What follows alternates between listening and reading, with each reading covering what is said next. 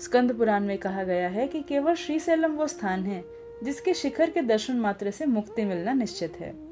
नल्लमला पहाड़ी में श्रीशैलम एक ऐसा तीर्थ है जहाँ 12 ज्योतिर्लिंगों में से एक मल्लिकार्जुन ज्योतिर्लिंग और 18 आदि शक्तिपीठों में से एक भ्रामरंबा देवी शक्तिपीठ एक साथ स्थित है। अगर आप भी श्री क्षेत्र की यात्रा करना चाहते हैं तो वीडियो को अंत तक जरूर देखें। आंध्र प्रदेश के हैदराबाद से करीब 230 किलोमीटर सड़क यात्रा करके आप कृष्णा नदी के पास बसे श्रीशैलम पहुंच जाएंगे।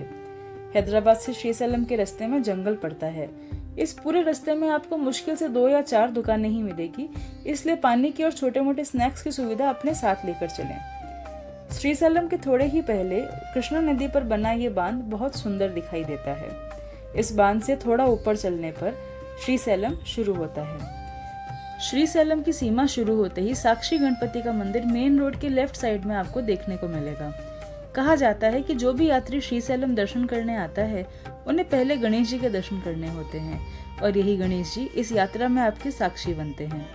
इस मंदिर की मूर्ति की खास बात यह है कि गणेश जी के एक हाथ में कॉपी है और एक हाथ में पेन है, जैसे वो खुद आपका नाम लिख रहे हों। साक्षी गणपति के दर्शन करके हम श्रीशैलम की तरफ चलते हैं। श्रीशैलम में बहुत सी होटल और धर्मशालाएं हैं जहां यात्री अपने बजट के अनुसार कमरा लेकर रह सकते हैं। श्रीशैलम आने के बाद यात्री मंदिर के दर्शन की तरफ जाते हैं। वहां 2 प्रवेश द्वार हैं। एक प्रवेश द्वार बिना टिकट वालों के लिए है और दूसरे गेट पर यात्री अलग अलग सेवा शुल्क देकर शीघ्र दर्शन, अति शीघ्र दर्शन, स्पर्श दर्शन और अर्जित सेवा का लाभ ले सकते हैं। यहीं पास में काउंटर पर फोन और इलेक्ट्रॉनिक आइटम जमा करवाकर दर्शन की लाइन में लगा जाता है। ज्योतिर्लिंग दर्शन के बाद बाहर निकलने के लिए कुछ सीढ़ियां चढ़नी पड़ती हैं और उन्हीं सीढ़ियों के अंत में मां भ्रामरंबा देवी का आदि शक्तिपीठ बना हुआ है। शक्तिपीठ के दर्शन करके यात्री जब बाहर आते हैं तो मंदिर के पास बनी सीढ़ियों में बैठ सकते हैं और फोटो खींच सकते हैं। इन्हीं सीढ़ियों से थोड़ा आगे आने पर प्रसाद का काउंटर बना हुआ है, जहां मंदिर में चढ़ा हुआ प्रसाद यात्री अपने घर ले जा सकते हैं।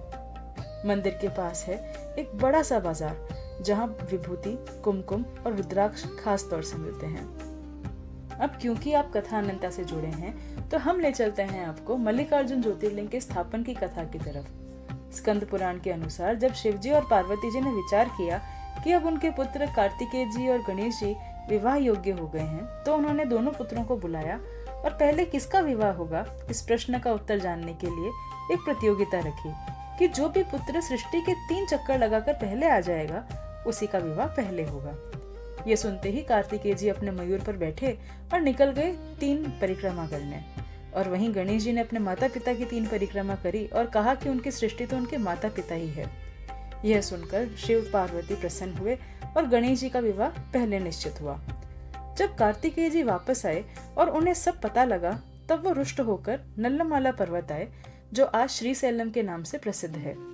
कार्तिकेय जी को मनाने और वापस साथ ले जाने के लिए शिव और पार्वती जब यहाँ आए तब उनकी शक्ति इसी जगह ज्योतिर्लिंग रूप में स्थित हुई। स्थल पुराण के अनुसार शिव जी की पूजा मोगरे के फूल से हुई थी, जिसे स्थानीय भाषा में मल्लिका कहते हैं और तभी से वे मल्लिकार्जुन कहलाए। श्रीशैलम उन तीर्थों में से एक है जहाँ शिव और शक्ति के एक साथ दर्शन होते हैं, यानी जहाँ महादेव जी का ज्योतिर्लिंग भी है और देवी पराअंबा का शक्तिपीठ भी। आदि शक्ति जगदम्बा के 18 आदि शक्तिपीठों में से एक भ्रामरंबा देवी यही कहा गया है। देवी भागवत के अनुसार एक कथा मिलती है जिसके अनुसार अरुणासुर नाम का एक असुर हुआ जिसने बहुत लंबे समय तक तपस्या कर ब्रह्मा जी से वरदान मांगा कि उसका अंत कोई 2 या 4 पांव वाला प्राणी ना कर पाए। ब्रह्मा जी के वरदान देते ही अरुणासुर ने अपने आप को अमर समझा और देवताओं को स्वर्ग से पराजित कर बाहर निकाला। देवता गुरु बृहस्पति के पास उपाय पूछने पहुंचे और गुरु बृहस्पति ने देवी जगदम्बा की उपासना करने का सुझाव दिया। गुरु बृहस्पति के सुझाव से सभी देवता मां जगदम्बा की दिन रात आराधना करने लगे। देवी जगदम्बा देवताओं की ये श्रद्धा देखकर प्रसन्न हुई और उन्हें आशीर्वाद दिया। अब क्योंकि अरुणासुर को ब्रह्मा जी का ये वरदान था कि उसका वध कोई भी 2 या 4 पांव वाला प्राणी नहीं कर पाएगा, इसलिए मां जगदम्बा ने भ्रमर अम्बा यानी भंवरों की माता के रूप में अवतरण किया। ब्रह्मा जी ने अरुणासुर को यह वरदान दिया था कि उसका वध कोई भी 2 या 4 पांव वाला प्राणी नहीं कर पाएगा, लेकिन भंवरों के 6 पांव होते हैं और क्योंकि भ्रमरंबा देवी भंवरों की माता थी तो माता का आदेश पाते ही सभी भ्रमरों ने मिलकर अरुणासुर और उसकी पूरी सेना का वध कर डाला और माँ भ्रमरंबा यहीं विराजमान हो गई। इसके अलावा कहा जाता है कि इसी जगह पर माता सती की ग्रीवा यानी गर्दन भी घिरी थी।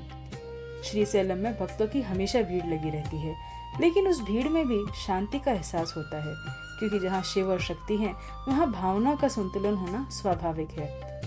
अगर आप श्रीशैलम तीर्थ जा चुके हैं तो कमेंट्स में हमारे साथ अपना एक्सपीरियंस जरूर शेयर करें, और अगर अभी तक आप नहीं जा पाए हैं तो हम भगवान से प्रार्थना करेंगे कि जल्द से जल्द आपको बुलावा आए। इसके अलावा अगर आज का वीडियो और ये कथा आपको अच्छी लगी हो तो हमारे चैनल को लाइक, सब्सक्राइब और शेयर जरूर करें। आपका मोटिवेशन हमारे लिए बहुत मायने रखता है। हर हर महादेव, जय माँ जगदम्बा।